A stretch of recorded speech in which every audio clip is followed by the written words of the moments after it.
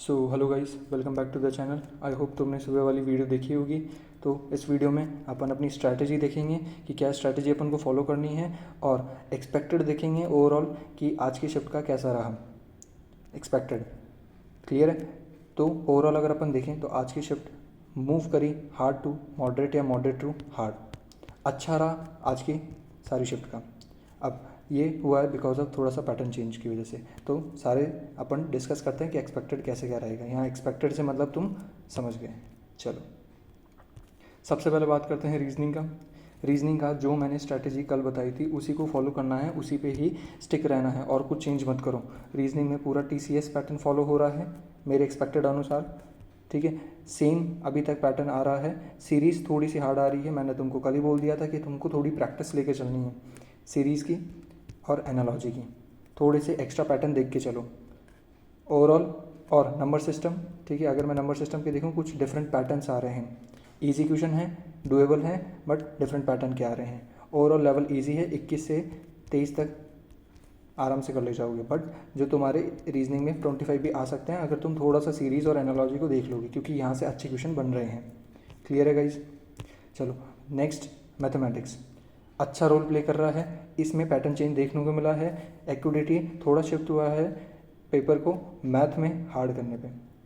इसमें मैथमेटिक्स तुम्हारा क्या रहा है? हार्ड रहा है। हार्ड किस सेंस में रहा है? अर्थमेटिक। अर्थमेटिक में बहुत लंबी कैलकुलेशन इसने कर दी है। ठीक है, CI SI PNL time and distance, ठीक है, ये अच्छा खासा वेटेज रख रहे हैं मेरे एक्सपेक्टेड अनुसार। तो इनको अच्छे से प्रिपेयर कर लेना। एडवांस में ज्योमेट्री से फार्मूला बेस्ड आ रहे हैं। ठीक है, ज्योमेट्री तुमको फार्मूला बेस्ड करनी है। फार्मूला बेस्ड मीन्स तुमको कॉम्प्लेक्स फार्मूलेज याद होने चाहिए ताकि तुम फटाफट कर ले जाओ, क्योंकि कैलकुलेटिव आ रहा है तो टाइम मैनेजमेंट बहुत ज़्यादा ज़रूरी हो जाता है यहाँ पे। क्लियर है गाइस? मेंसुरेशन से प्रिज्म पिरामिड आ रहा है। प्रोबेबिलिटी भी थी।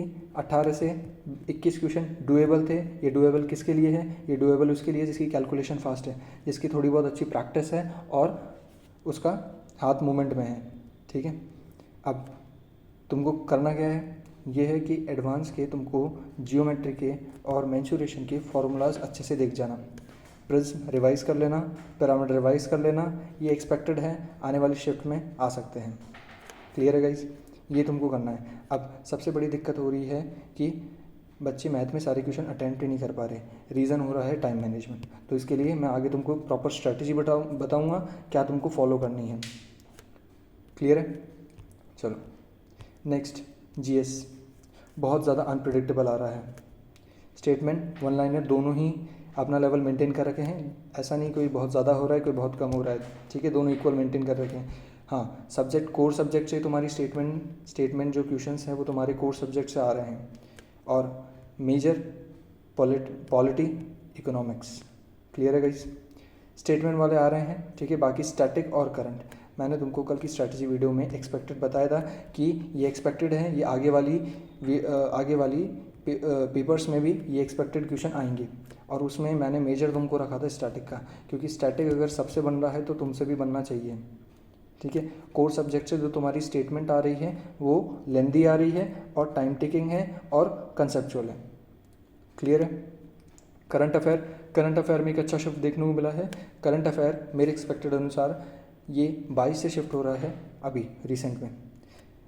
ठीक है, पहले 22 था, फिर 23-24 पे शिफ्ट हुआ, अब ये पूरा रिसेंट पे शिफ्ट हो गया 25 पे।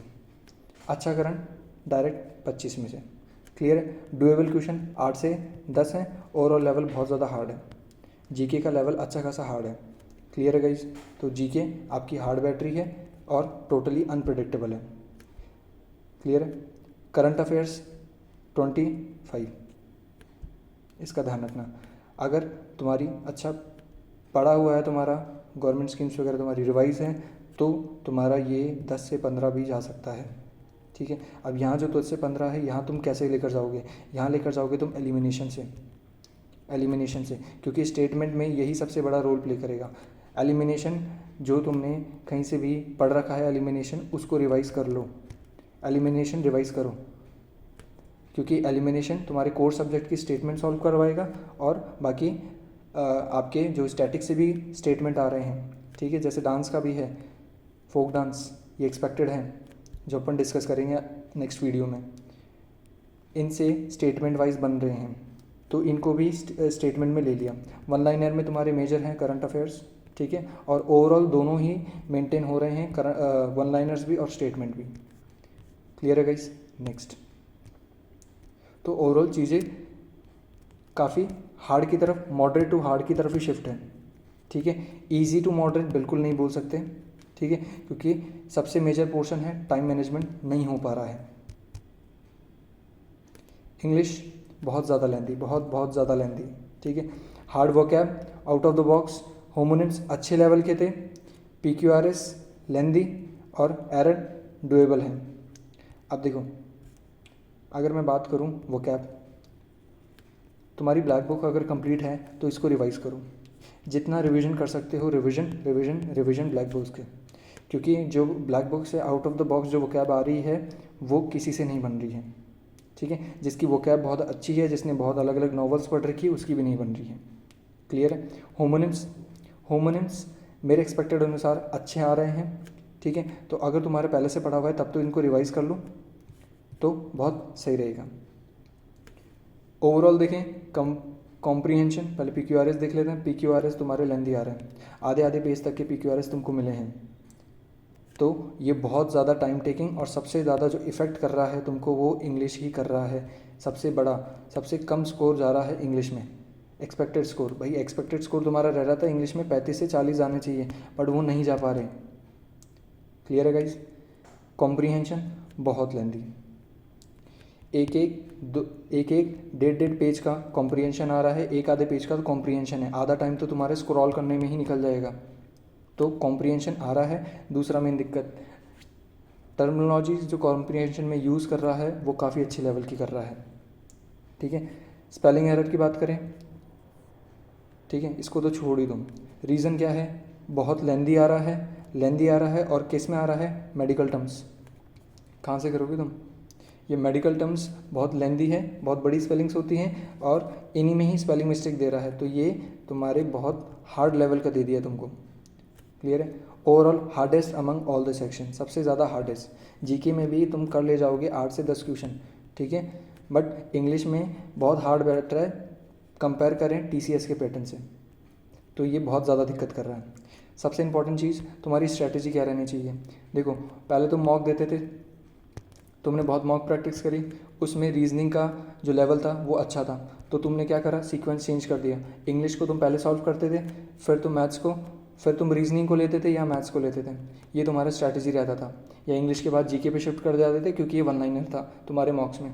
अब तुम इंग्लिश को बिल्कुल भी फर्स्ट अटैम्प्ट पे नहीं ले सकते, तुम्हारा पहला सेक्शन बिल्कुल भी इंग्लिश नहीं होना चाहिए। रीज़न क्या है इसके पीछे? लेंथी है, तुम्हारे जो एरर है वो भी टाइम टेकिंग है, PQRS है, बहुत अच्छा टाइम ले रहे हैं, तो इस चीज़ का तुमको ध्यान रखना है। इंग्लिश को फर्स्ट में मत लेना, सबसे पहला होना चाहिए तुम्हारा रीजनिंग, फिर तुम मैथ्स को ले सकते हो, जीके भी इंक्लूड कर सकते हो, इंग्लिश को लास्ट चॉइस देना।